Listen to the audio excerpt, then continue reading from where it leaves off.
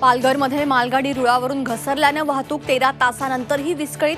विरार ते डहाणू लोकल सेवा पूर्णपणे ठप्प. लांब पल्ल्याच्या अनेक गाड्याही रद्द.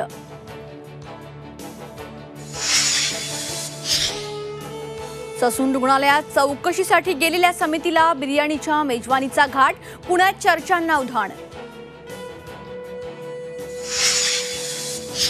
अजित पवारांशी संबंधित जरंडेश्वर साखर कारखान्याची पुन्हा चौकशी सुरू. महाराष्ट्रातील निवडणुका पार पडल्यानंतर चौकशीचं पत्र जारी. अजित पवारांच्या अडचणीत होणार वाढ. महाराष्ट्र काँग्रेसची विधान परिषद निवडणुकीबाबत आज महत्त्वाची बैठक. उमेदवाराचे नाव घोषित होण्याची शक्यता.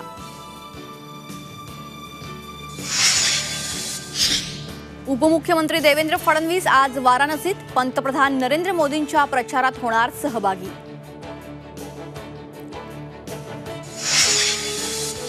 दिल्लीत तापमानानं गाठला उच्चांक. 50°C तापमानाची नोंद. हवामान खात्याकडून उष्णतेचा रेड अलर्ट जारी.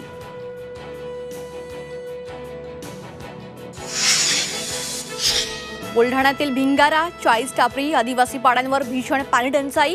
हंडाभर पाण्यासाठी 2 किलोमीटरची पायपीट. पाण्यासाठी जीव धोक्यात घालण्याची वेळ.